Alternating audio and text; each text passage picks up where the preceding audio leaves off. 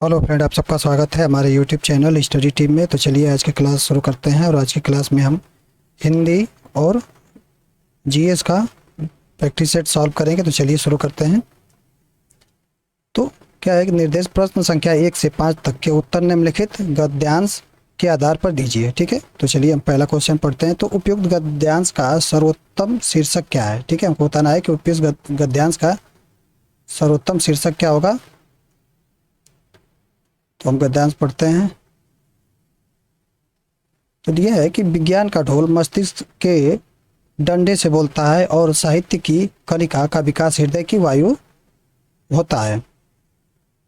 हृदय की वायु से होता है। विज्ञान का संबंध भौतिक पदार्थ से है। कलिताओं अथवा साहित्य का क्षेत्र अंतर जगत से है। ठीक है, तो हमारा क्वेश्चन क्या था कि उपयुक्त गद्यांश का सर्वोत्तम शीर्षक क्या है? तो ऑप्शन ए साहित्य का योगदान, ऑप्शन बी है साहित्य बनाम विज्ञान, ऑप्शन सी है सुख और दुख, और ऑप्शन डी है साहित्य रूपी पुष्प। तो यहाँ पे क्या है कि यहाँ पे विज्ञान और साहित्य क्या है, विज्ञान और साहित्य, विज्ञान बनाम साहित्य को बताया गया है। ठीक है, तो हमारा ऑप्शन नंबर बी सही होगा। अगला है निम्नलिखित में से कौन अंतर जगत से संबंधित है? ठीक है, तो हमारा ऑप्शन है व्यक्ति के मस्तिष्क का, ऑप्शन बी है व्यक्ति के हृदय का, ऑप्शन सी है विज्ञान का, और ऑप्शन डी है साहित्य का। तो चलिए गद्यांश पढ़ते हैं। तो क्या दिया है कि विज्ञान का ढोल मस्तिष्क के डंडे से बोलता है और साहित्य की कलिका का विकास हृदय की वायु से होता है। विज्ञान का संबंध भौतिक पदार्थ से और कलिताओं अथवा साहित्य का क्षेत्र अंतर जगत से है। ठीक है, किसका? तो साहित्य का क्षेत्र अंतर जगत से है। तो हमारा कौन सा ऑप्शन सही होगा? ये होगा ऑप्शन नंबर डी, साहित्य का। ठीक है, अगला है लेखक ने पर्यावरण में हो रहे नकारात्मक बदलावों का जिम्मेदार किसे माना है?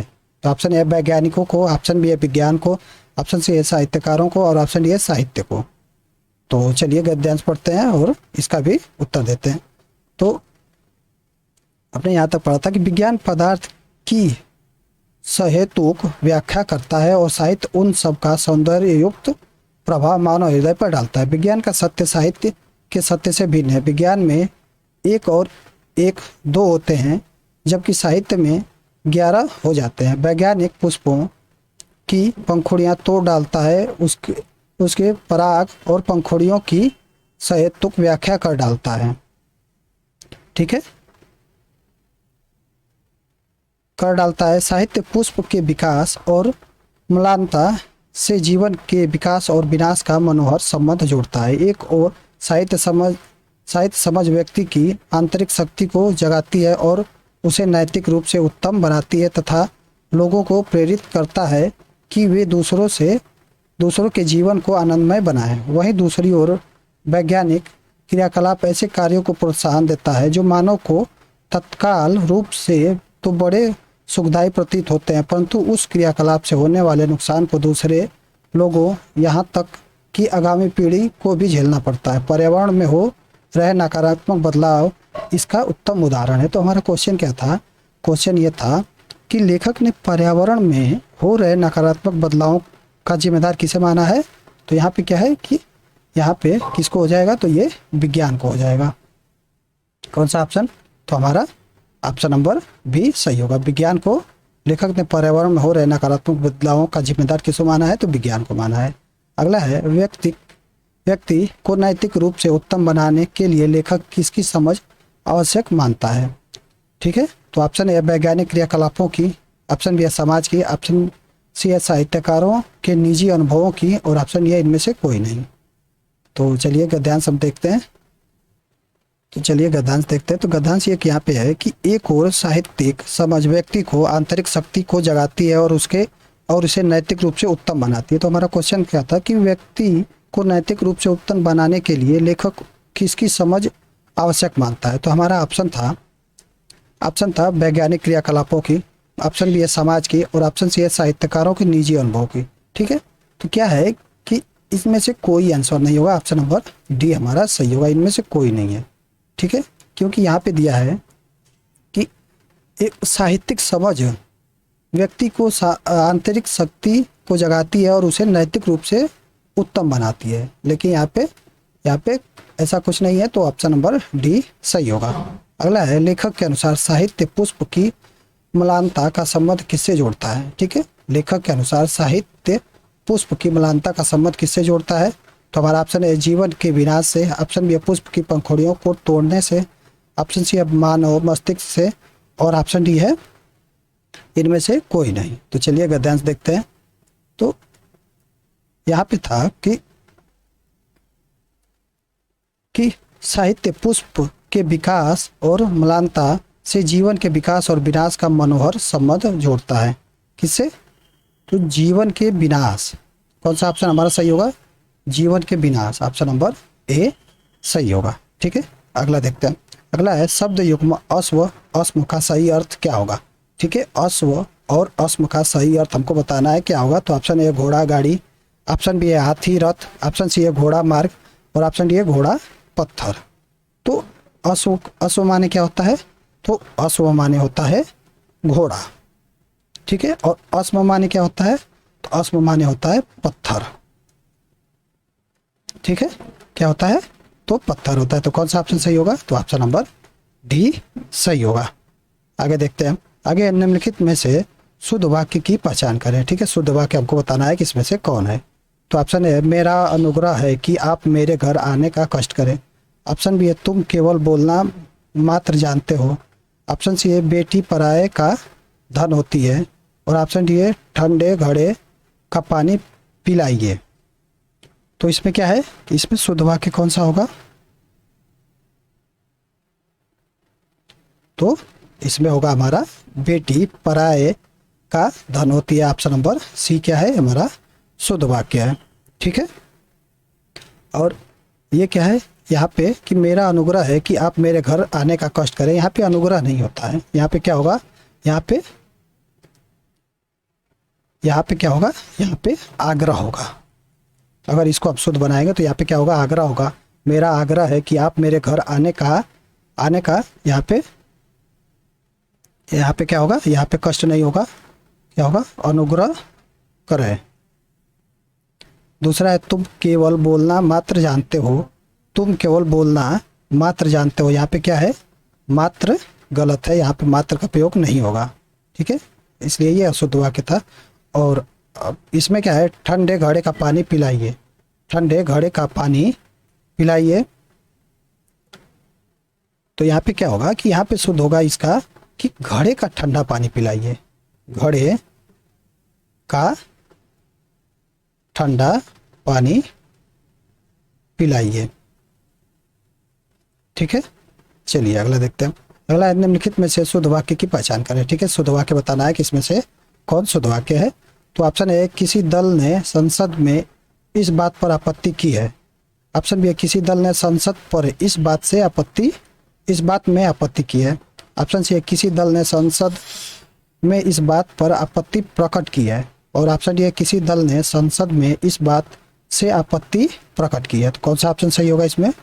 तो इसमें शुद्ध वाक्य क्या है कि तो किसी दल ने संसद में, ठीक है, इस बात पर आपत्ति की है। ठीक है,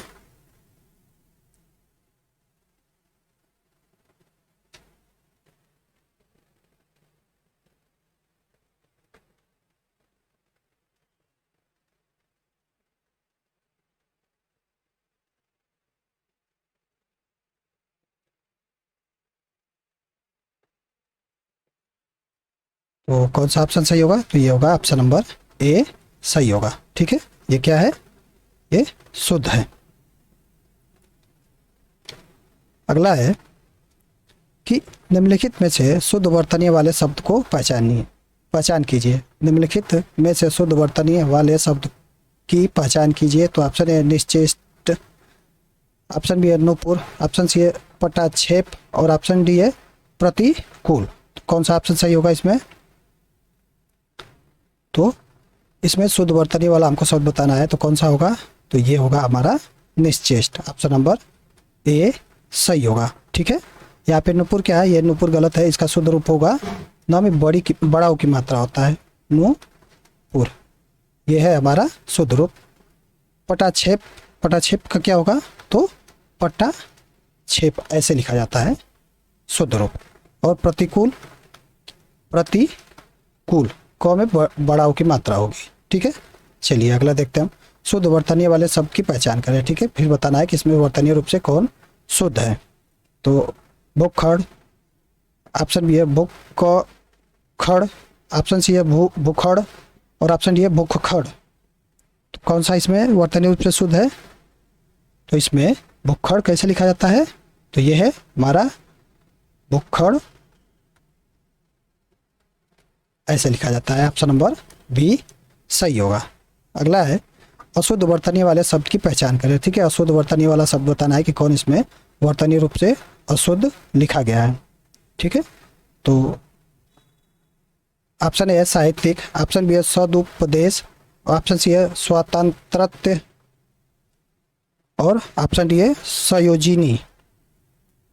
तो इसमें क्या है कि वर्तनीय रूप से अशुद्ध कौन सा है? तो ये है हमारा सदुपयोग। क्या है ये?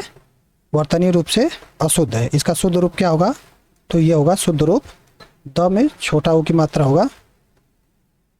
ठीक है, ये है उसका शुद्ध रूप।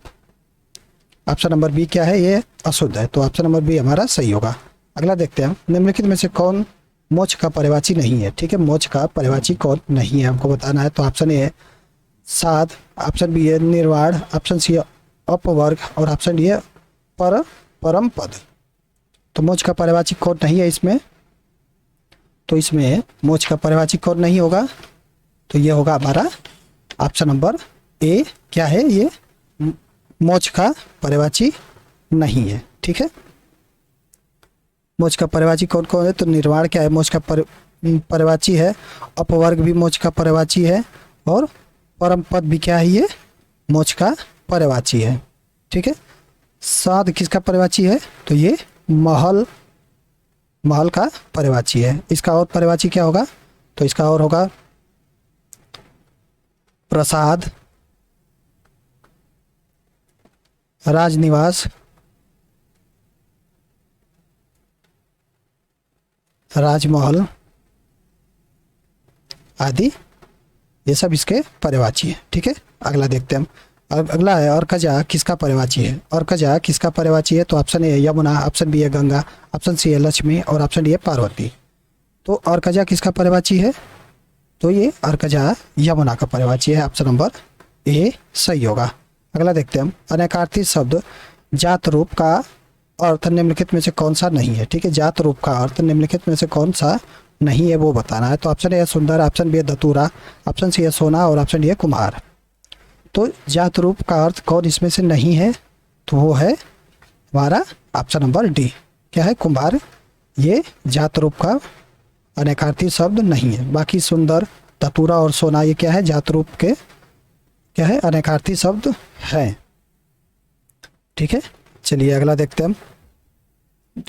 अगला निम्नलिखित में से किस वाक्य में सकर्मक क्रिया का प्रयोग हुआ है? ठीक है, हमको बताना है कि किस वाक्य में सकर्मक क्रिया का प्रयोग हुआ है। तो ऑप्शन ए है आज काम बंद रहा, ऑप्शन बी है नेता भाषण देते हैं, ऑप्शन सी है सोना सुनहला होता है और ऑप्शन डी है शेर दहाड़ता है।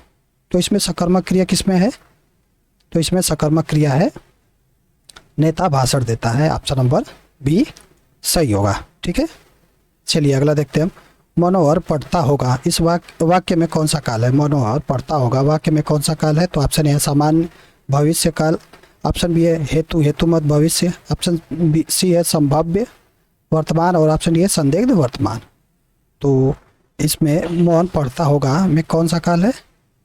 तो ये होगा संदिग्ध वर्तमान काल। ठीक है, संदिग्ध वर्तमान काल ऑप्शन नंबर डी सही होगा। संदिग्ध वर्तमान काल किसे कहते हैं? तो जिससे क्रिया के होने में संदेह प्रकट हो पर उसकी वर्तमानता में संदेह न हो, उसे हम क्या बोलते हैं? संदिग्ध वर्तमान काल बोलते हैं। चलिए इसको लिख देते हैं हम, जिससे क्रिया के होने में संदेह प्रकट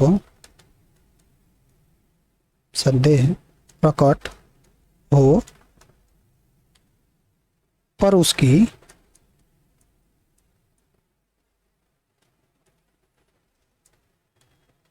वर्तमानता में संदेह न हो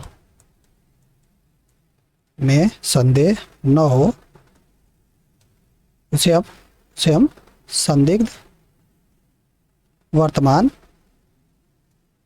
कहते हैं। ठीक है, चलिए आगे देखते हैं हम। निम्नलिखित में से कौन सा शब्द विशेषण नहीं है? ठीक है, हमको बताना है कि कौन इसमें विशेषण नहीं है। तो ऑप्शन ए है नमकीन, ऑप्शन बी है नागरिक, ऑप्शन सी है धार्मिक और ऑप्शन डी है प्रतिबिंब। तो इसमें से कौन विशेषण नहीं है वो बताना है। तो कौन सा ऑप्शन सही होगा? तो ये होगा ऑप्शन नंबर डी। प्रतिबिंब क्या है? ये विशेषण नहीं है। ये क्या है? प्रतिबिंब। तो ये विशेष्य है। ये क्या है? विशेष्य है। ये विशेष्य है। इसका विशेषण क्या होगा? तो इसका विशेषण होगा प्रतिबिंबित। इसका विशेषण होगा प्रतिबिंबित।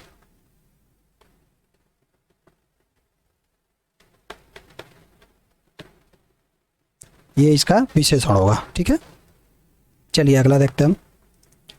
अगला निम्नलिखित में से कौन सा शब्द विशेषण है? ठीक है, बताना है कि कौन इसमें विशेषण है। तो ऑप्शन ए चुनाव, ऑप्शन बी है खेल, ऑप्शन सी है अनुपम और ऑप्शन डी है युद्ध। तो कौन सा ऑप्शन सही होगा इसमें? इसमें विशेषण कौन है? तो इसमें विशेषण है हमारा अनुपम। क्या है ये? विशेषण। ठीक है, ऑप्शन नंबर सी। ये सब क्या है? ये विशेष है। बाकी चुनाव, खेल और युद्ध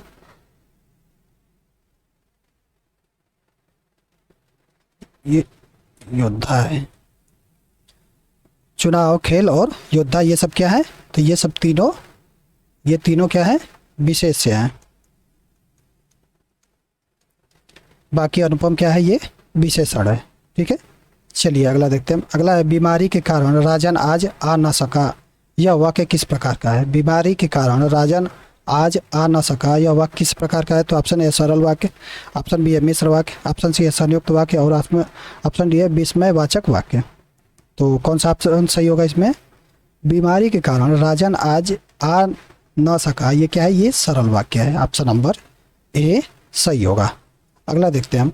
अगला निम्नलिखित सरल वाक्य को संयुक्त वाक्य में परिवर्तित करें। गरीब को लूटने के अतिरिक्त उसने उसकी हत्या भी कर दी। ठीक है, हमको इसको क्या है, जो सरल वाक्य है उसको हमको संयुक्त वाक्य में बदलना है। तो क्या है कि गरीब को लूटने के अतिरिक्त उसने उसकी हत्या कर दी।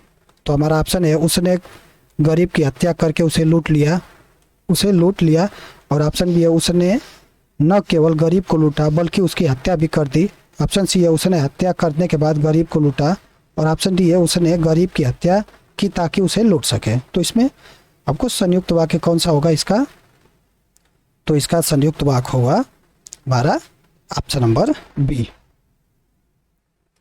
ऑप्शन नंबर बी हमारा सही होगा। ठीक है, उसने न केवल गरीब को लूटा बल्कि उसकी हत्या भी कर दी। ये क्या है? ये गरीब को लूटने के अतिरिक्त उसने उसकी हत्या भी कर दी। इसका क्या है? ये संयुक्त वाक्य है। ठीक है, आगे बढ़ते हैं। आगे जिस शब्द का प्रयोग निश्चित शब्द समुदाय अथवा पूरे वाक्य को अन्य भावार्थ देने के लिए हो क्या कहलाता है? ठीक है, जिस शब्द का प्रयोग निश्चित शब्द समुदाय अथवा पूरे वाक्य को अन्य भावार्थ देने के लिए हो उस वाक्य को क्या कहते हैं? तो ऑप्शन ए संयोजक, ऑप्शन बी है वियोजक, ऑप्शन सी है अव्यय और ऑप्शन डी है निपात। तो कौन सा ऑप्शन सही होगा इसमें? तो इसमें होगा हमारा ऑप्शन नंबर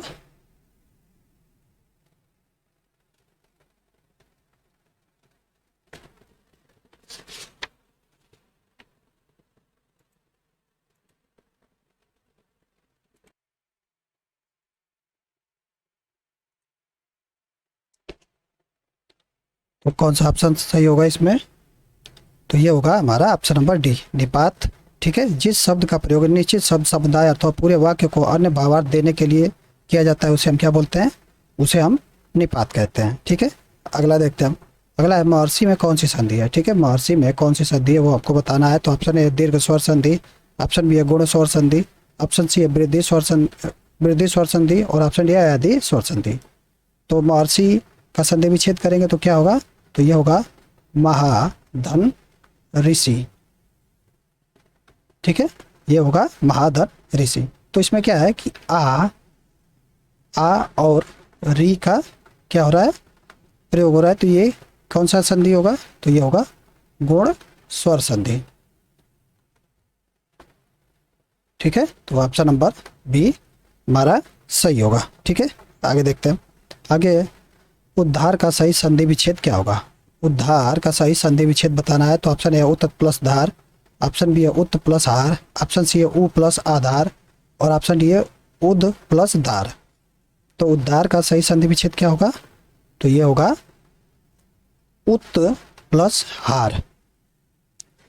ठीक है, ये होगा उत प्लस हार। कौन सा ऑप्शन? तो ऑप्शन नंबर बी सही होगा। ये कौन सी संधि है? तो ये व्यंजन संधि होगी। ठीक है, ये व्यंजन संधि होगी। आगे देखते हैं हम। आगे दुर्दशा का संधि विच्छेद क्या होगा? दुर्दशा का संधि विच्छेद क्या होगा? तो ऑप्शन ए है दो प्लस दशा, ऑप्शन बी है दूर प्लस दशा, ऑप्शन सी है दुस प्लस दशा और ऑप्शन डी है दो प्लस दशा। तो कौन सा ऑप्शन सही होगा इसमें? तो दुर्दशा का सही संधि विच्छेद क्या होगा? तो ये होगा दो प्लस दशा। ठीक है, कौन सा ऑप्शन सही होगा? तो ये होगा ऑप्शन नंबर ए। ऑप्शन नंबर ए हमारा सही होगा। ये इसमें कौन सी संधि है? तो इसमें विसर्ग संधि है, विसर्ग संधि। ठीक है, चलिए आगे देखते। चलिए अगला क्वेश्चन देखते हैं। अगला है कि प्रश्न संख्या 25 व 26 तक नीचे दिए गए प्रश्न को वाक्य के पहले और अंतिम भाग को प्रारंभ और अंत में लिखा हुआ है, इनके बीच आने वाले वाक्यों को सही क्रम में व्यवस्थित करें ताकि सही वाक्य का निर्माण हो सके। ठीक है, चलिए अब इसको सॉल्व करते हैं। तो क्या है कि ये है कि प्रथम वाक्य है कि सच्ची बात तो यह है कि, फिर उसके बाद एक नंबर है वो अपना मनोरंजन संगीत और अभिनय जैसे, दो है किसी भी युग का प्राणी ऐसा नीरस और तीन है आनंददायक साधनों के और चौथा है और हृदयहीन नहीं होता है कि, और यहाँ पे अंतिम वाक्य है, यहाँ पे अंतिम है द्वारा नहीं करता, यहाँ पे अंतिम है द्वारा नहीं करता।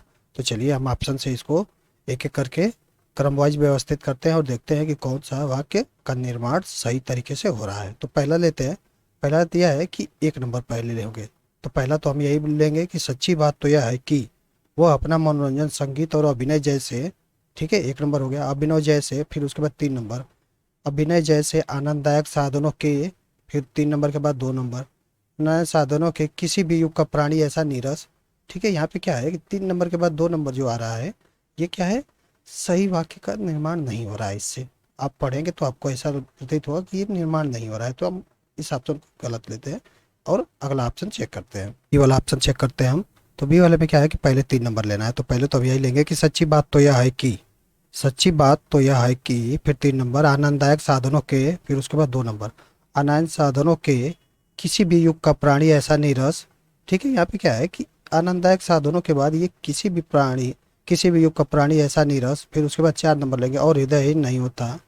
तो ये क्या है? ये वाक्य बन नहीं रहा है। ठीक है, तो ये भी गलत होगा। सी नंबर सी हम इसी को इसी तरह चेक करेंगे। तो क्या है कि सच्ची बात तो यह है कि, फिर उसके बाद दो नंबर सच्ची बात तो यह है कि किसी भी युग का प्राणी ऐसा नीरस, दो के बाद चार ऐसा नीरस और हृदयहीन नहीं होता कि, ठीक है, हृदयहीन नहीं होता कि, फिर चार नंबर के बाद तीन नंबर होता कि आनंददायक साधनों के, और उसके बाद फिर एक नंबर आनंददायक साधनों के वह अपने मनोरंजन संगीत और अभिनय जैसे। ठीक, यहाँ पे क्या है कि तीन नंबर के बाद जो एक नंबर आया है ये क्या है? ये उपयुक्त नहीं बैठ रहा है। तो ये भी कौन सा हमारा गलत हो जाएगा। अब इसी तरह डी वाले को चेक करते हैं। अब ये तीनों गलत हो गए तो हमारा ऑप्शन नंबर तो डी सही होगा ही, लेकिन फिर भी हम लोग चेक करते हैं। तो क्या है कि सच्ची बात तो यह है कि, सच्ची बात तो यह है कि, फिर उसके बाद दो नंबर सच्ची बात तो यह है कि किसी भी युग का प्राणी ऐसा नीरस, फिर उसके बाद चार नंबर नीरस और हृदयहीन नहीं होता कि, फिर उसके बाद एक नंबर कि वह अपना मनोरंजन संगीत और अभिनय जैसे, फिर उसके बाद तीन नंबर है अभिनय जैसे आनंददायक साधनों के, ठीक है, अभिनय जैसे आनंददायक साधनों के द्वारा नहीं करता। ठीक है, ये क्या है? ये हमारा वाक्य का निर्माण हो रहा है। तो हमारा ऑप्शन नंबर डी सही होगा। अगला देखते हैं हम। अगला है कि प्रथम वाक्य दिया है कि जिस प्रकार, फिर पहला है दहकना है उसी प्रकार, दूसरा है उसके स्वभाव का, तीसरा है मनुष्य का धर्म और चौथा है अग्नि का धर्म और अंतिम पद है, अंतिम है पर्याप्त होना चाहिए। तो क्या है कि चलिए पहले ऑप्शन चेक करते हैं। तो पहला है कि जिस प्रकार, ठीक है, जिस प्रकार, फिर उसके बाद तीन नंबर लेना है जिस प्रकार मनुष्य का धर्म, फिर उसके बाद एक नंबर लेना है मनुष्य का धर्म दहकना है उसी प्रकार, फिर चार नंबर अग्नि का धर्म, फिर उसके बाद 2 नंबर उसके स्वभाव का और पर्याय होना चाहिए। तो ये क्या है, ये वाक्य नहीं बन रहा है। ठीक है, यहाँ पे आप इसको अगर एक लाइन में लिख के पढ़ेंगे तो ये पता चलेगा कि इसका ये वाक्य का निर्माण सही नहीं हो रहा है। तो इसी तरह हम बी वाला चेक करेंगे। तो बी में क्या है कि पहले 4 नंबर है, तो पहले हम तो यही लेंगे प्रथम वाक्य की, जिस प्रकार अग्नि का धर्म। ठीक है, जिस प्रकार अग्नि का धर्म, यानी 4 नंबर हमको लेना है, अग्नि का धर्म। फिर उसके बाद 1 नंबर, जिस प्रकार अग्नि का धर्म दहकना है उसी प्रकार। फिर 3 नंबर, मनुष्य का धर्म क्या है, उसके स्वभाव का पर्याय होना चाहिए। ठीक है, तो ये क्या है, ये पूरा वाक्य बन रहा है। तो हमारा कौन सा ऑप्शन सही होगा, ऑप्शन नंबर बी सही होगा।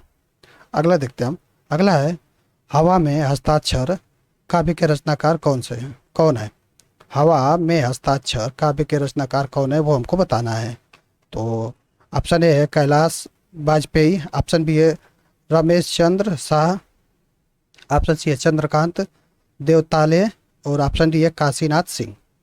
तो हवा में हस्ताक्षर काव्य के रचनाकार कौन है, तो ये है कैलाश वाजपेयी जी। ऑप्शन नंबर ए हमारा सही होगा। ठीक है, चंद्रकांत देवताले की कौन सी रचना है, तो ये है पत्थर फेंक रहा हूं, पत्थर फेंक रहा हूं। ठीक है, काशीनाथ सिंह जी की, तो इनका है कि रेहन पर साधु, रेहन पर साधु। और रमेश चंद्र शाह जी की, तो इनकी है विनायक। ठीक है, चलिए आगे देखते हैं।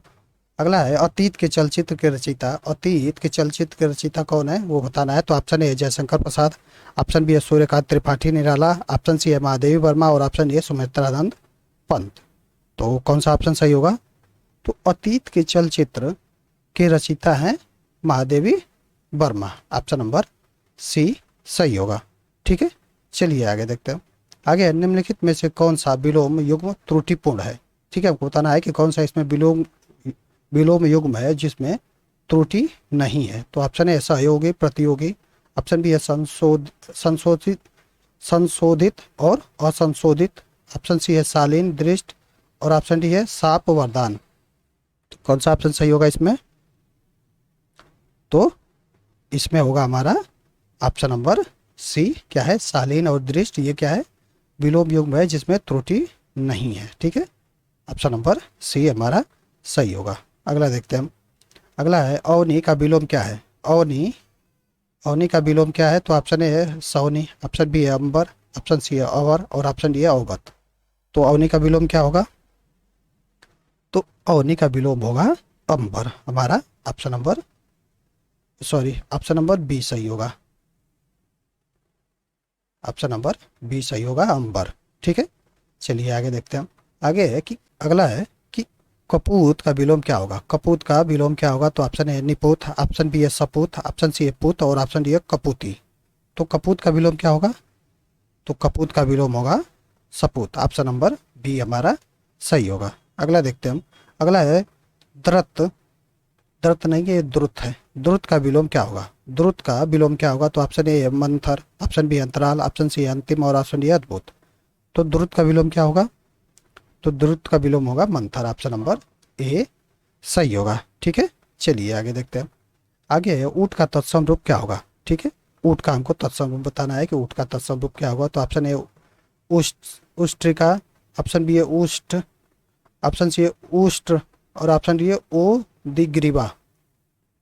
तो ऊँट का तत्सम रूप क्या होता है, तो ऊँट का तत्सम रूप होगा उष्ट, ऑप्शन नंबर सी सही होगा। ठीक है, चलिए आगे देखते हैं। आगे है कंकती का तत्सम क्या होगा। कंकती का तत्सम क्या होगा हमको बताना है। तो ऑप्शन ए है कंकड़, ऑप्शन बी है कच्ची, ऑप्शन सी है कंगी, और ऑप्शन डी है काकर।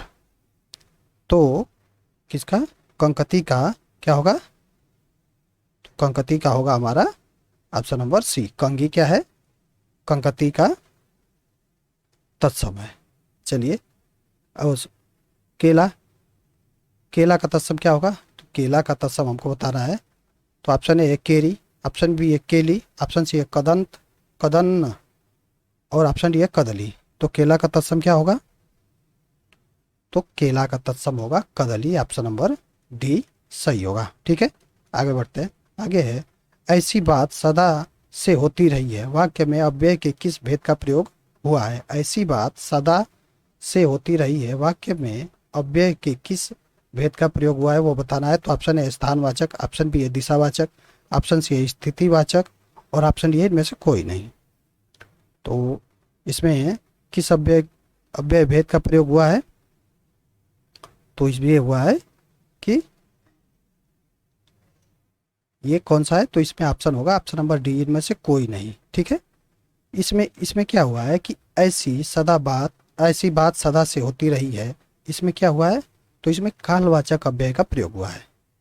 इसमें कालवाचक अव्यय का प्रयोग हुआ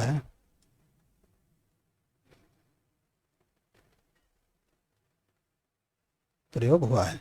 ठीक है, तो हमारा ऑप्शन नंबर डी इसमें सही होगा, इसमें कोई नहीं। अगला है, मयंक घर जाना चाहता है। मयंक घर जाना चाहता है, वाक्य में क्रिया का कौन सा भेद विद्यमान है? ठीक है, आपको बताना है कि इसमें वाक्य में क्रिया का कौन सा भेद है। तो ऑप्शन ए है अनुमति बोधक संयुक्त क्रिया, ऑप्शन बी है अवकाश बोधक संयुक्त क्रिया, ऑप्शन सी है पुनरुक्त संयुक्त क्रिया और ऑप्शन डी है इच्छा बोधक संयुक्त क्रिया। तो इसमें कौन सा ऑप्शन सही होगा? तो इसमें होगा हमारा ऑप्शन नंबर डी इच्छाबोधक संयुक्त क्रिया। ठीक है, क्या है? इच्छाबोधक संयुक्त क्रिया है। इसमें क्या होता है कि इससे क्रिया के करने की इच्छा प्रकट होती है। ठीक है, इसमें इच्छाबोधक में क्या होता है कि इससे क्रिया के करने की इच्छा प्रकट होती है। चलिए आगे देखते हैं। आगे, हमारे क्षेत्र में नरेंद्र सबसे अच्छा अभिनेता है। हमारे क्षेत्र में नरेंद्र सबसे अच्छा अभिनेता है, वाक्य इस वाक्य में विशेषण किस रूप में प्रयोग हुआ है? ठीक है, हमको बताना है कि इसमें विशेषण किस रूप में प्रयुक्त हुआ है। मूलावस्था, ऑप्शन बी है उत्तरावस्था, ऑप्शन सी है उत्तमावस्था और ऑप्शन डी है इनमें से कोई नहीं। तो हमारे क्षेत्र में नरेंद्र सबसे अच्छा अभिनेता है, इस वाक्य में विशेषण किस रूप में प्रयोग हुआ है? तो ये हुआ है अंतरावस्था में। ऑप्शन नंबर सी सही होगा। अगला देखते हैं हम। अगला है, अपने से बड़े का आदर करना उचित है। अपने से बड़े का आदर करना उचित है, वाक्य में किस सर्वनाम का प्रयोग हुआ है? ठीक है, हमको बताना है कि इसमें किस सर्वनाम का प्रयोग हुआ है। तो आप ठीक है, उत्तम पुरुष पुरुषवाचक, ऑप्शन बी है मध्यम पुरुष पुरुषवाचक, ऑप्शन सी है निजवाचक और ऑप्शन डी है संबंधवाचक। तो कौन सा ऑप्शन सही होगा इसमें? तो अपने से बड़े का आदर करना उचित है, इसमें कौन सा सर्वनाम का प्रयोग हुआ है? तो इसमें निजवाचक सर्वनाम का प्रयोग हुआ है। ऑप्शन नंबर सी सही होगा। अगला देखते हैं हम। अगला है, आरव आलिया को रुपए देता है। आरव आलिया को रुपए देता है, वाक्य में कौन सा कारक प्रयुक्त हुआ है? ठीक है, आपको बताना है कि इसमें कौन सा कारक प्रयुक्त हुआ है। तो हमारा ऑप्शन है कर्म कारक, ऑप्शन बी है संप्रदान कारक, ऑप्शन सी है अपदान कारक और ऑप्शन डी है करण कारक। तो कौन सा ऑप्शन सही होगा इसमें? तो ये होगा हमारा संप्रदान कारक। ठीक है, संप्रदान कारक कौन सा? तो ये ऑप्शन नंबर बी सही होगा। अगला देखते हैं हम। अगला है कि पालक का स्त्रीलिंग क्या होगा? पालक का स्त्रीलिंग हमको बताना है कि पालक का स्त्रीलिंग क्या होगा। तो पहला है हमारा ऑप्शन पालकी, ऑप्शन बी है पालकिया, ऑप्शन सी है पालिका और ऑप्शन डी है पाली। तो कौन सा ऑप्शन सही होगा इसमें? तो पालक का स्त्रीलिंग होगा हमारा पालिका। ऑप्शन नंबर सी सही होगा। अगला देखते हैं हम। अगला है, निम्नलिखित में से पुल्लिंग शब्द की पहचान करें। ठीक है, हमको बताना है कि इसमें पुल्लिंग शब्द कौन सा है। तो ऑप्शन ए है घी, ऑप्शन बी है गोपी, ऑप्शन सी है सुबह और ऑप्शन डी है गरीब। तो कौन सा ऑप्शन सही होगा? तो इसमें क्या है कि घी क्या है? ये पुल्लिंग है। ठीक है, बाकी गोपी सुबह और गरीब ये सब तीनों क्या है? ये सब स्त्रीलिंग है। चलिए अगला देखते हैं। अगला है, निम्नलिखित में से किस में इतरेतर द्वंद्व समास का प्रयोग हुआ है? ठीक है, हमको बताना है कि किस में इतरेतर द्वंद्व समास का प्रयोग हुआ है। तो ऑप्शन ए है घनघोर, ऑप्शन बी है राग विराग, ऑप्शन सी है ऑप्शन सी है धन दौलत और ऑप्शन डी है भला बुरा। तो कौन सा ऑप्शन सही होगा इसमें? तो इसमें है घनघोर में क्या है, घनघोर में इतरेतर द्वंद्व समास का प्रयोग हुआ है। ऑप्शन नंबर ए सही होगा। ठीक है, कौन सा, तो ऑप्शन नंबर ए। राग बिराग में कौन सा समास का प्रयोग हुआ है, तो इसमें वैकल्पिक द्वंद्व समास का प्रयोग हुआ है। ठीक है, वैकल्पिक वैकल्पिक द्वंद्व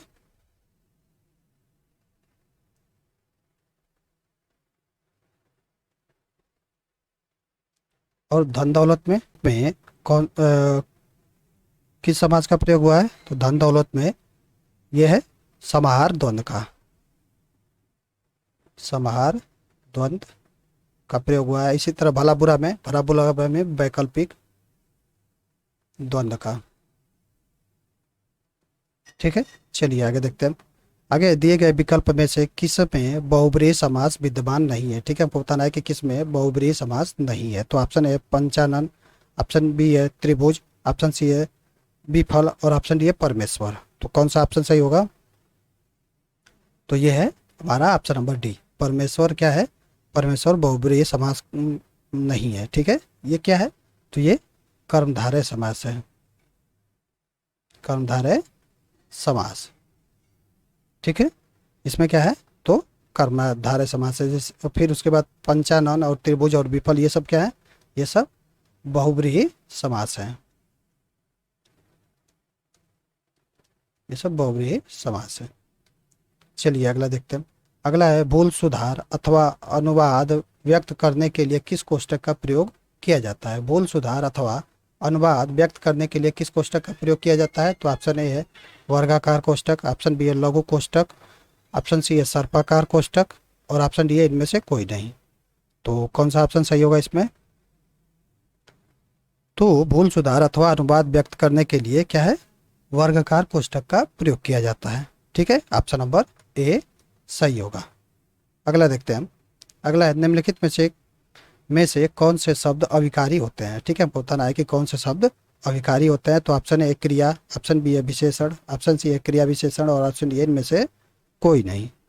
तो कौन सा ऑप्शन सही होगा इसमें, तो इसमें होगा हमारा ऑप्शन नंबर सी, अविकारी शब्द क्या होते हैं, क्रिया विशेषण होते हैं। ठीक है, विकारी कौन सा होता है, विकारी कौन कौन होते हैं, तो विकारी संज्ञा, सर्वनाम, क्रिया और विशेषण। ठीक है, ये सब क्या है, ये सब विकारी शब्द है। अविकारी अविकारी अविकारी शब्द कौन से हैं, तो ये क्रिया विशेषण, क्रिया विशेषण, फिर समुच्चय बोधक,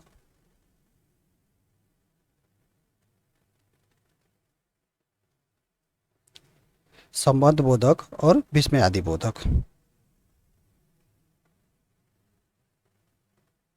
संबंध बोधक और विस्मयादि।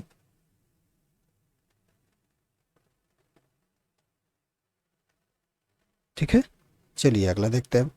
अगला है निम्नलिखित में से कौन सा वर्ण अंतस्थ व्यंजन नहीं है। ठीक है, अंतस्थ व्यंजन हमको बताना है कि कौन नहीं है। तो ऑप्शन ए है र, ऑप्शन बी है ल, ऑप्शन सी है स और ऑप्शन डी है उपयुक्त सभी।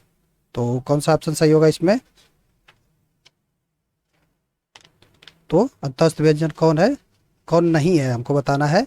तो अंतस्थ व्यंजन कौन कौन से होते हैं, तो अंतस्थ व्यंजन होते हैं य, र, ल और व, ये सब क्या है, ये सब अंतस्थ व्यंजन है। ठीक है, तो इसमें कौन सा ऑप्शन सही होगा, तो इसमें होगा ऑप्शन नंबर सी, स क्या है, ये अंतस्थ व्यंजन नहीं है, ये क्या है, ऊष्म व्यंजन है।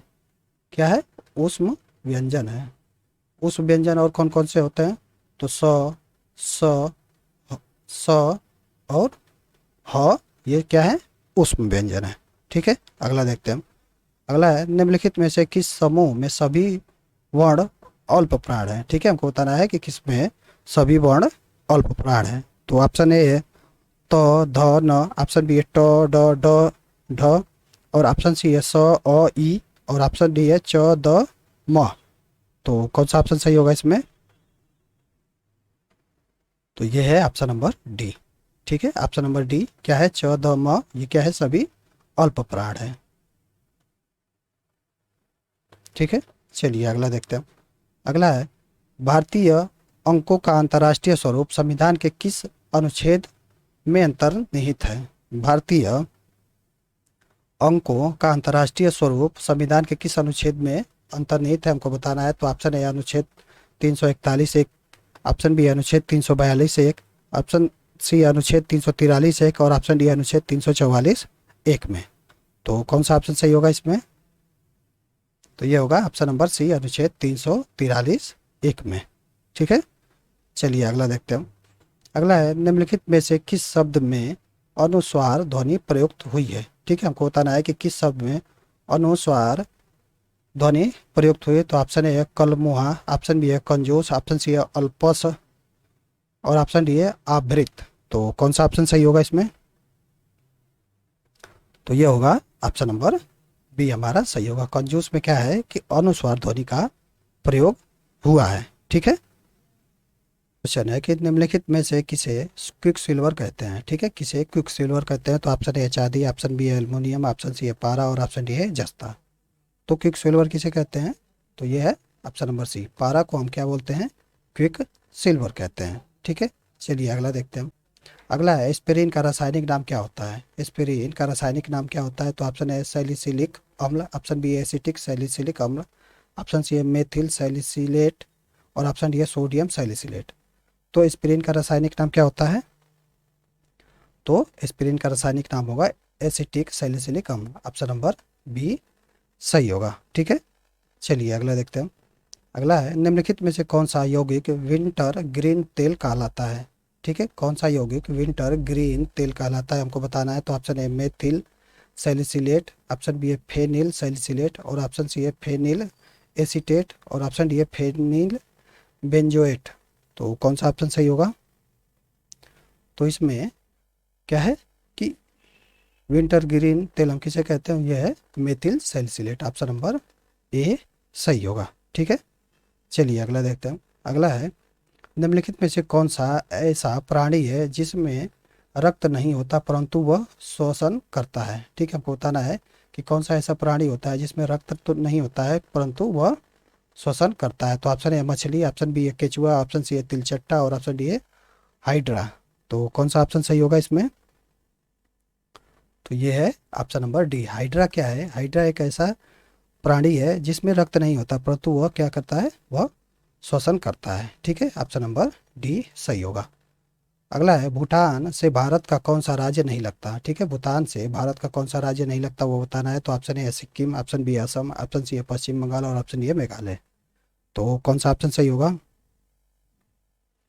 तो ये होगा हमारा ऑप्शन नंबर डी मेघालय। ठीक है, मेघालय से क्या है, भूटान की सीमा नहीं लगती। ठीक है, भूटान की सीमा सीमा से लगने वाले भारत के कौन कौन से राज्य हैं। तो वो है सिक्किम, सिक्किम है, पश्चिम बंगाल है, पश्चिम बंगाल, असम, असम और अरुणाचल प्रदेश, अरुणाचल प्रदेश। ये सब क्या है, ये सब भूटान की सीमा से लगने वाले भारत के राज्य हैं। चलिए अगला देखते हैं। अगला है, राष्ट्रीय राष्ट्रीय शैक्षिक अनुसंधान एवं प्रशिक्षण परिषद एनसीईआरटी का गठन कब हुआ था।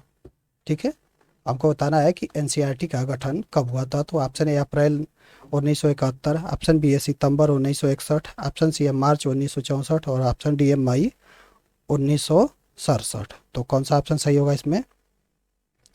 तो एनसीईआरटी का गठन कब हुआ था। तो एनसीईआरटी का गठन हुआ था सितंबर 1961 में, ऑप्शन नंबर बी सही होगा। ठीक है, चलिए आगे देखते हैं। आगे, पटनीपात पटनी टाप नामक हिल स्टेशन भारत के राज्य या केंद्र शासित प्रदेश में है। ठीक है, हमको बताना है कि पटनी टाप नामक हिल स्टेशन भारत के किस राज्य या केंद्र शासित प्रदेश में है। तो ऑप्शन ए जम्मू कश्मीर, जम्मू और कश्मीर, ऑप्शन बी है लद्दाख, ऑप्शन सी है सिक्किम और ऑप्शन डी है तमिलनाडु। तो पटनी टाप नामक हिल स्टेशन कहाँ पे है। तो ये है ऑप्शन नंबर ए जम्मू कश्मीर। ठीक है, चलिए अगला देखते हैं। अगला, निम्नलिखित में से किस जिले की सीमा लखनऊ जिले के साथ सीमा साझा करती है। ठीक है, हमको बताना है कि किस जिले की सीमा लखनऊ जिला है उसके साथ सीमा साझा करती है। तो option A Kanpur, option B है सुल्तानपुर, ऑप्शन सी है सीतापुर और ऑप्शन डी है अयोध्या। तो कौन सा ऑप्शन सही होगा? तो ये होगा ऑप्शन नंबर सी, सीतापुर क्या है, लखनऊ जिले के साथ सीमा क्या है, साझा करती है। ठीक है, चलिए आगे देखते हैं। आगे है Asia drama an enquiry to the poverty of nation नामक कृति पुस्तक किसकी है? ठीक है, Asia drama an enquiry to the poverty of nation नामक पुस्तक किसकी है? तो ऑप्शन है अमृता प्रीतम, ऑप्शन बी है जान जान स्किन और ऑप्शन सी है गुन्नार मिर्डल, ऑप्शन डी है कुलदीप नैपर। तो कौन सा ऑप्शन सही होगा इसमें?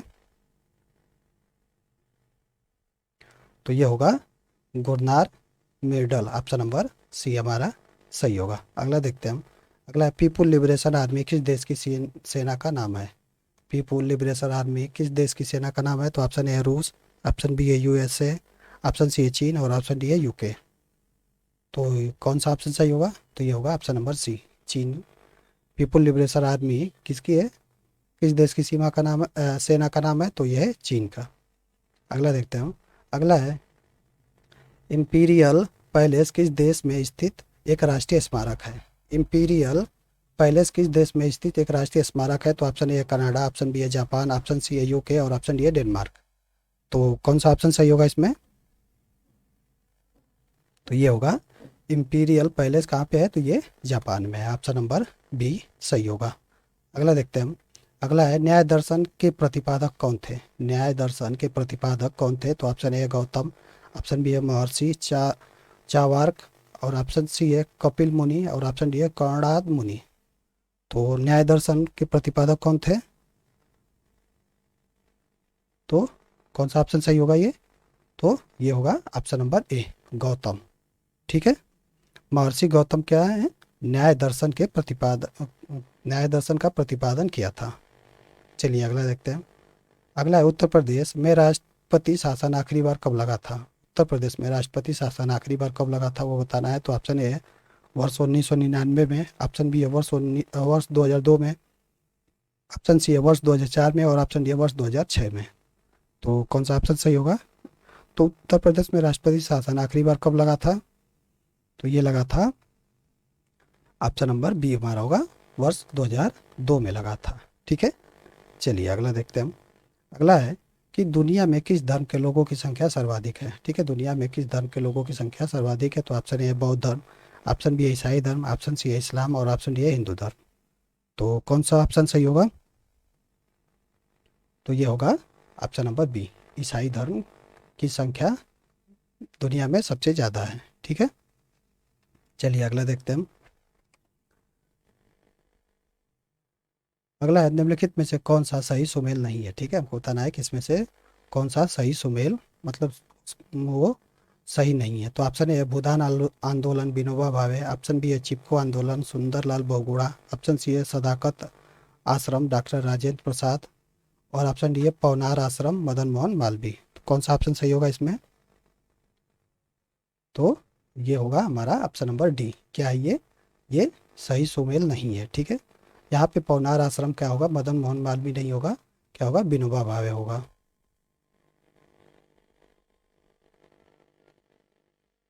ठीक है, चलिए अगला देखते हैं हम। अगला है निम्नलिखित में से संविधान सभा की संघ संविधान समिति का अध्यक्ष कौन था?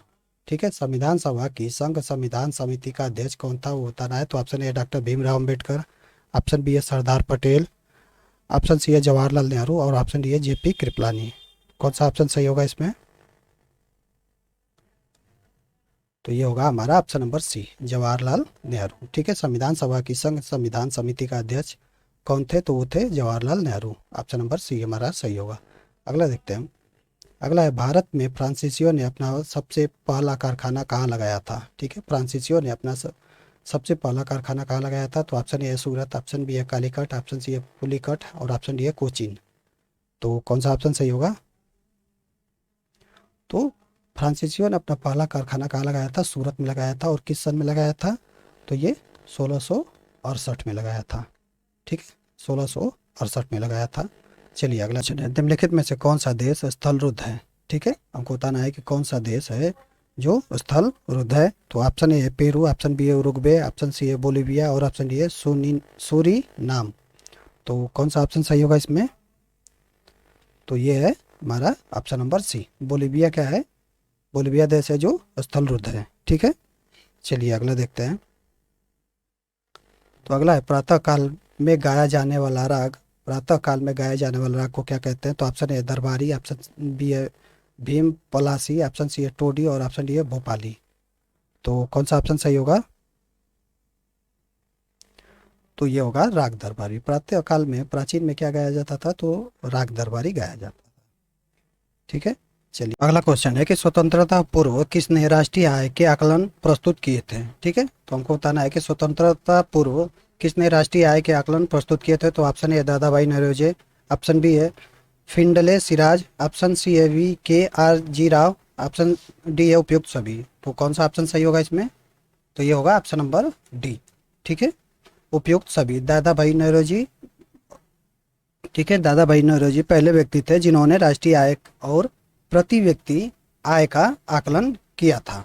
ठीक है, फिर उसके बाद फिंडले सिराज और VKR ने भी क्या किया था? स्वतंत्रता पूर्व राष्ट्रीय आय के आकलन प्रस्तुत किए थे। ठीक है, चलिए अगला देखते हैं हम। अगला है बैंकिंग क्षेत्र में प्रयुक्त RTGS का फुल फॉर्म क्या होता है? ठीक है, हमको बताना है कि RTGS का फुल फॉर्म क्या होता है। तो ऑप्शन ए है real time great sale, option B है real time gross settlement, option C है rest time give saving, option D है इनमें से कोई नहीं। तो कौन सा ऑप्शन सही होगा इसमें? तो ये होगा RTGS का फुल फॉर्म होता है रियल टाइम ग्रास सेटलमेंट। ठीक है, ऑप्शन नंबर बी सही होगा। अगला देखते हैं हम। अगला है हमारा कि NPCI की स्थापना कब हुई थी? NPCI की स्थापना कब हुई थी? तो ऑप्शन ए है वर्ष 2006 में, ऑप्शन बी है वर्ष 2008 में, ऑप्शन सी है वर्ष 2010 में और ऑप्शन डी है वर्ष 2011 में। तो NPCI की स्थापना कब हुई थी? तो ये हुआ था ऑप्शन नंबर बी हमारा सही होगा 2008 में। NPCI का स्थापना कब हुआ था? तो 2008 में हुआ था। चलिए अगला देखते हैं हम। अगला है निम्नलिखित में से नई शिक्षा नीति से संबंधित समिति है। ठीक है, नई शिक्षा नीति से संबंधित हमको समिति बताना है।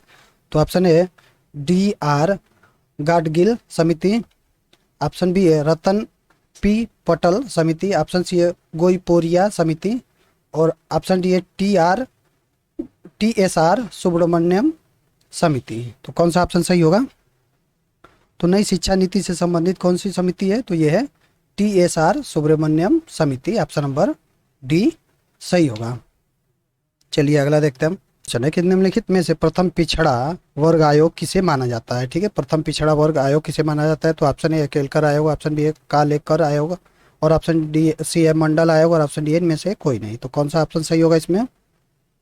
तो ये होगा ऑप्शन नंबर डी, इनमें से कोई नहीं। ठीक है, काका कालेकर की अध्यक्षता में सन 1953 में क्या हुआ था? प्रथम पिछड़ा वर्ग आयोग का गठन हुआ था। ठीक है, काका कालेकर की अध्यक्षता में कब? तो 1953 में पिछड़ा वर्ग आयोग का गठन हुआ था। ठीक है, चलिए अगला देखते हैं। अगला है कृषि क्षेत्र में कौन सी बेरोजगारी अधिक देखने को मिलती है? ठीक है, कृषि क्षेत्र में कौन सी बेरोजगारी अधिक देखने को मिलती है? तो ऑप्शन ए संरचनात्मक बेरोजगारी, ऑप्शन बी है प्रच्छन्न बेरोजगारी, ऑप्शन सी है चक्रीय बेरोजगारी और ऑप्शन डी है ऐच्छिक बेरोजगारी। तो कौन सा ऑप्शन सही होगा? तो ये होगा हमारा ऑप्शन नंबर बी सही होगा, प्रच्छन्न बेरोजगारी। ठीक है, कृषि क्षेत्र में अधिक बेरोजगारी किस में देखने मिलती है? तो उसे प्रच्छन्न बेरोजगारी में मिलती है। ठीक है, चलिए अगला देखते हैं हम। निम्नलिखित योजनाओं को काल क्रमानुसार व्यवस्थित कीजिए। ठीक है, पहला है मुद्रा योजना, ऑप्शन दूसरा है हृदय योजना, तीसरा है स्मार्ट शहर योजना और चौथा है प्रधानमंत्री उज्ज्वला योजना। तो इसको हमको क्या करना है कि काल क्रम अनुसार इसको व्यवस्थित करना है। मुद्रा योजना कब चालू हुई थी? तो मुद्रा योजना चालू हुई थी अप्रैल 2015 में। ठीक है, हृदय योजना कब चालू हुई थी? तो हृदय योजना जनवरी 2015 में। स्मार्ट शहर योजना कब चालू हुआ था? तो ये हुआ था जून 2015 में, जून 2015 में। और प्रधानमंत्री उज्ज्वला योजना, तो प्रधानमंत्री उज्ज्वला योजना मई 2016 में। ठीक है, तो इसके अनुसार हमारा ऑप्शन कौन सा सही होगा? तो कौन सा ऑप्शन होगा? तो सबसे पहले कौन सा है? तो ये जनवरी 2015 यानी हृदय योजना, फिर उसके बाद मृदा योजना, सॉरी मुद्रा योजना, और फिर उसके बाद तीसरा है स्मार्ट शहर योजना, और चौथा फिर ये प्रधानमंत्री उज्ज्वला योजना। तो ऑप्शन नंबर ए हमारा सही होगा। अगला देखते हैं हम। अगला है सार्वजनिक क्षेत्र बैंकों के अध्यक्षों का चयन कौन करता है? सार्वजनिक क्षेत्रक बैंकों के अध्यक्षों का चयन कौन करता है? तो ऑप्शन ए है भारतीय रिजर्व बैंक, ऑप्शन बी है केंद्रीय वित्त मंत्री, ऑप्शन सी है bank board bureau, option D है संबंधित बैंक का प्रबंधन। तो कौन सा ऑप्शन सही होगा? तो ये होगा ऑप्शन नंबर सी, सार्वजनिक क्षेत्रक बैंकों के अध्यक्षों का चयन बैंक बोर्ड ब्यूरो करता है। ठीक है, ऑप्शन नंबर सी सही होगा। अगला देखते हैं, बिंबिसार किस वंश का शासक था? बिंबिसार किस वंश का शासक था? तो ऑप्शन ए है गुप्त वंश, ऑप्शन बी है मौर्य वंश, ऑप्शन सी है इक्वाकू वंश और इक्ष्वाकु वंश, और ऑप्शन डी है हर्यक वंश। तो कौन सा ऑप्शन सही होगा? तो बिंबिसार किस वंश का शासक था? तो बिंबिसार हर्यक वंश का वंश का शासक था। ठीक है, चलिए अगला देखते हैं। अगला है, अशोक के किस अभिलेख में मनुष्य एवं पशुओं के लिए निःशुल्क चिकित्सा की स्थापना की चर्चा की गई है? ठीक है, अशोक के किस अभिलेख में मनुष्य एवं पशुओं के लिए निःशुल्क चिकित्सा की स्थापना की गई है? तो ऑप्शन ए द्वितीय शिलालेख, ऑप्शन बी है चतुर्थ शिलालेख, ऑप्शन सी है पंचम शिलालेख, और ऑप्शन डी है 8वें शिलालेख। तो कौन सा ऑप्शन सही होगा? तो ये होगा हमारा ऑप्शन नंबर ए, द्वितीय शिलालेख में क्या है? अशोक के द्वितीय शिलालेख में मनुष्यों एवं पशुओं के लिए निःशुल्क चिकित्सा की स्थापना की चर्चा की गई है। ठीक है, चलिए अगला देखते हैं हम। अगला है, संयुक्त राष्ट्र जनसंख्या कोष का मुख्यालय कहाँ है? संयुक्त राष्ट्र जनसंख्या कोष का मुख्यालय कहाँ है? तो option A Geneva, option B New York city, option C है वाशिंगटन सिटी, और ऑप्शन डी है पेरिस। तो कौन सा ऑप्शन सही होगा इसमें? तो संयुक्त राष्ट्र जनसंख्या कोष का मुख्यालय कहाँ है? तो यह है option number B, New York city. ठीक है, चलिए अगला देखते हैं। अगला है, निम्नलिखित में से कौन सी रचना हर्षवर्धन ने स्वयं की थी? ठीक है, हमको बताना है कि कौन सी रचना हर्षवर्धन ने स्वयं की थी। तो ऑप्शन ए है नागानंद, ऑप्शन बी है प्रियदर्शिका, ऑप्शन सी है रत्नावली, और ऑप्शन डी उपयुक्त सभी। तो कौन सा ऑप्शन सही होगा? तो ये होगा ऑप्शन नंबर डी। ठीक है, उपयुक्त सभी क्या है? हर्षवर्धन द्वारा रचना की गई है। ठीक है, चलिए अगला देखते हैं। अगला है, गुप्त काल को भारतीय इतिहास का स्वर्ण युग क्यों माना जाता है? गुप्त काल को भारतीय इतिहास का स्वर्ण युग क्यों माना जाता है? तो ऑप्शन है अधिकाधिक स्वर्ण सिक्कों के प्रचलन के कारण, ऑप्शन बी है स्वर्ण महलों के निर्माण के कारण, ऑप्शन ए सांस्कृतिक उपलब्धियों के कारण, और ऑप्शन डी है राजाओं के स्वर्ण जड़ित वस्त्रों के उपयोग के कारण। तो कौन सा ऑप्शन सही होगा इसमें? तो ये होगा ऑप्शन नंबर सी, संस्कृति उपलब्धियों के कारण गुप्त काल को भारतीय इतिहास का स्वर्ण युग माना जाता है। ऑप्शन नंबर सी हमारा सही होगा। ठीक है, जौनपुर को किस सल्तनत कालीन शासक ने जीतकर दिल्ली में मिला लिया? ठीक है, जौनपुर को किस सल्तनत कालीन शासक ने जीतकर दिल्ली में मिला लिया? तो option A Qutbuddin Aibak, option B है बहलोल लोधी, ऑप्शन सी है मोहम्मद बिन तुगलक, और ऑप्शन डी है सिकंदर लोधी। तो कौन सा ऑप्शन सही होगा? तो ये होगा Bahlol Lodhi, option number B सही होगा। अगला देखते हैं हम। अगला है, रामायण का फारसी भाषा में अनुवाद किसके नेतृत्व में किया गया था? रामायण का फारसी भाषा में अनुवाद किसके नेतृत्व में किया गया था? तो ऑप्शन ए है अब्दुल कादिर बदायूनी, ऑप्शन बी है फैजी, ऑप्शन सी है अब्दुल फजल, ऑप्शन सी है अबुल फजल, और ऑप्शन डी है मुल्ला दो प्याजा। तो कौन सा ऑप्शन सही होगा इसमें? तो ये होगा option number A, Abdul Qadir Badayuni के नेतृत्व में क्या है? रामायण का फारसी भाषा में अनुवाद किया गया था। अगला है, प्रसिद्ध मयूर सिंहासन का निर्माण किसने करवाया था? ठीक है, प्रसिद्ध मयूर सिंहासन का निर्माण किसने करवाया था? तो option A Jahangir, option B Akbar ने, ऑप्शन सी है जहांदार शाह ने, और ऑप्शन डी है शाहजहां ने। तो कौन आपका ऑप्शन सही होगा?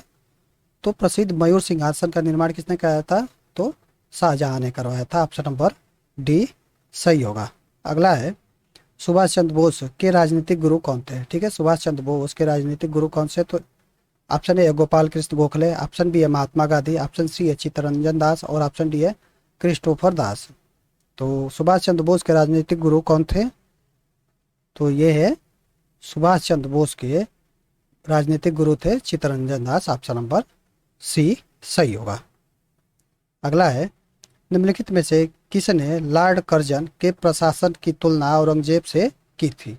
ठीक है, आपको बताना है कि किसने लॉर्ड कर्जन के प्रशासन की तुलना औरंगजेब से की थी। तो ऑप्शन ए है फिरोज शाह मेहता, ऑप्शन बी है महात्मा गांधी, ऑप्शन सी है गोपाल कृष्ण गोखले, और ऑप्शन डी है बाल गंगाधर तिलक। तो कौन सा ऑप्शन सही होगा? तो ये होगा option number C, Gokhale. Gopal Krishna Gokhale ने लॉर्ड कर्जन के प्रशासन की तुलना किससे की थी? औरंगजेब से की थी। ऑप्शन नंबर सी सही होगा। अगला देखते हैं। अगला है भारत के नियंत्रक एवं महालेखा परीक्षक प्रावधान संविधान के किस भाग में है? ठीक है, भारत के नियंत्रक एवं महालेखा परीक्षक प्रावधान संविधान के किस भाग में है? तो ऑप्शन ए भाग 4, ऑप्शन बी है भाग 5, ऑप्शन सी है भाग 6, और ऑप्शन डी है भाग 7। तो कौन सा ऑप्शन सही होगा?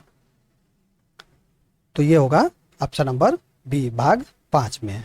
ठीक है, ठीक है, भाग 5 में कितने से? तो अनुच्छेद अनुच्छेद 148 से 151 के बीच में, ठीक है, प्रावधान किया गया है। चलिए अगला देखते हैं। अगला है राष्ट्रीय जैव विविधता प्राधिकार का मुख्यालय कहाँ है? राष्ट्रीय जैव विविधता प्राधिकार का मुख्यालय कहाँ है? तो option A New Delhi, option B है चेन्नई, ऑप्शन सी है बेंगलुरु, और ऑप्शन डी है हैदराबाद। तो कौन सा ऑप्शन सही होगा? तो राष्ट्रीय जैव विविधता प्राधिकरण का मुख्यालय कहाँ पे है? तो यह है चेन्नई में। ऑप्शन नंबर बी सही होगा। ठीक है, चलिए अगला देखते हैं। अगला है प्रवर्तन निदेशालय ईडी की स्थापना कब हुई थी?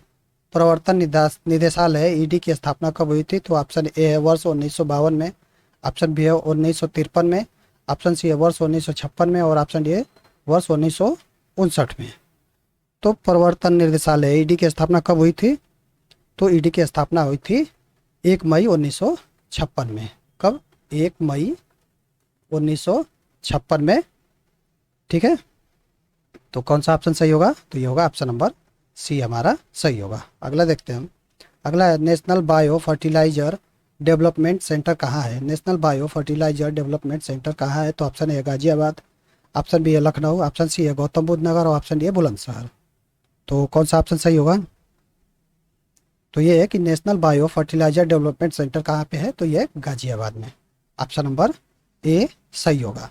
ठीक है, चलिए आगे देखते हैं हम। अगला है कि आरोग्य नामक मासिक पत्रिका कहाँ से प्रकाशित होती है? ठीक है, आरोग्य नामक मासिक पत्रिका कहाँ से प्रकाशित होती है? तो option A Varanasi, option B है कानपुर, ऑप्शन सी है आगरा, और ऑप्शन डी है गोरखपुर। तो आरोग्य नामक मासिक पत्रिका कहाँ से? तो ये गोरखपुर से प्रकाशित होती है। ऑप्शन नंबर डी सही होगा। अगला देखते हैं हम। अगला नवंबर 2022 में पहले कौशल लिटरेचर फेस्टिवल का आयोजन कहाँ किया गया था? वर्ष 2022 में पहले कौशल लिटरेचर फेस्टिवल का आयोजन कहाँ किया गया था? तो option A New Delhi, option B Ahmedabad, option C है वाराणसी, और ऑप्शन डी है लखनऊ। तो कौन सा ऑप्शन सही होगा इसमें? तो पहले वर्ष 2022 में पहले कौशल लिटरेचर फेस्टिवल का आयोजन लखनऊ में किया गया था। ऑप्शन नंबर डी सही है। अगला देखते हैं हम। अगला है वर्ष 2022 के लिए हिंदी के साहित्य अकादमी पुरस्कार से किसे सम्मानित किया गया? ठीक है, वर्ष 2022 के लिए हिंदी के साहित्य अकादमी पुरस्कार से किसे सम्मानित किया गया? तो ऑप्शन ए मौला प्रसाद, ऑप्शन बी है नंद प्रसाद नारायण, ऑप्शन सी है बद्री नारायण, और ऑप्शन डी है प्रियदर्शनी चतुर्वेदी। तो कौन सा ऑप्शन सही होगा? तो ये होगा हमारा option number C, Badri Narayan को क्या है वर्ष 2022 के लिए हिंदी के साहित्य अकादमी पुरस्कार से सम्मानित किया गया था। ठीक है, अगला है प्रवासी भारतीय सम्मान पुरस्कार से सम्मानित मोहम्मद इरफान अली किस देश के राष्ट्रपति हैं? भारतीय प्रवासी सम्मान पुरस्कार से सम्मानित मोहम्मद इरफान अली किस देश के राष्ट्रपति हैं? तो ऑप्शन है सूरीनाम, ऑप्शन बी है मालदीव, ऑप्शन सी है गुयाना और ऑप्शन डी है मॉरिशस। तो कौन सा ऑप्शन सही होगा? तो ये कहाँ के राष्ट्रपति हैं? तो ये गुयाना के राष्ट्रपति हैं। ऑप्शन नंबर सी हमारा सही होगा। अगला देखते हैं हम। अगला है G20 की वित्तीय समावेशन पर वैश्विक भागीदारी की पृथ्वी बैठक का आयोजन कहाँ आयोजित की गई? ठीक है, G20 की वित्तीय समावेश पर वैश्विक भागीदारी की पृथ्वी बैठक का आयोजन कहाँ आयोजित की गई? तो option A Indore, option B है भोपाल, ऑप्शन सी है कोलकाता और ऑप्शन डी है अहमदाबाद। तो कौन सा ऑप्शन सही होगा? तो ये होगा ऑप्शन नंबर सी, कोलकाता। ठीक है, अगला देखते हैं हम। अगला है हेलने पासपोर्ट इंडेक्स के अनुसार वर्ष 2023 में भारत की रैंकिंग कितनी है? ठीक है, हेलने पासपोर्ट इंडेक्स के अनुसार वर्ष 2023 में भारत की रैंकिंग कितनी है? तो ऑप्शन ए है 80, ऑप्शन बी है 83वां, ऑप्शन सी है 85वां और ऑप्शन डी है 87वां। तो कौन सा ऑप्शन सही होगा? तो ये होगा भारत की रैंकिंग कितने नंबर पे है? तो ये है 87वें नंबर पे, ऑप्शन नंबर डी सही होगा। अगला देखते हैं हम। अगला है वर्ल्ड स्पाइस कांग्रेस का 14वां संस्करण कहाँ आयोजित किया गया? वर्ल्ड स्पाइस कांग्रेस का 14वां संस्करण कहाँ आयोजित किया गया? तो option A Gurugram, option B है तिरुवनंतपुरम, ऑप्शन सी है हैदराबाद और ऑप्शन डी है मुंबई। कौन सा ऑप्शन सही होगा? तो ये होगा ऑप्शन नंबर डी, मुंबई। ठीक है, अगला देखते हैं हम। अगला है अभ्यास साइक्लोन 1 भारत और किस देश की सेना के बीच आयोजित किया गया? अभ्यास साइक्लोन 1 भारत और किस देश की सेना के बीच आयोजित किया गया? तो ऑप्शन ए है मिस्र, ऑप्शन बी है जापान, ऑप्शन सी है मोरक्को और ऑप्शन डी है फिलीपींस। तो अभ्यास साइक्लोन भारत और किस देश से? तो ये भारत और मिस्र, ठीक है, भारत और मिस्र की सेनाओं के बीच क्या है, ये आयोजित किया गया था। और कहाँ पे आयोजित किया गया था? तो ये जैसलमेर में किया गया था। तो हमारा ऑप्शन नंबर ए सही होगा। तो चलिए आज की इस वीडियो में इतना ही। अगर आपको वीडियो अच्छी लगी हो तो वीडियो को लाइक करें और चैनल को सब्सक्राइब जरूर करें।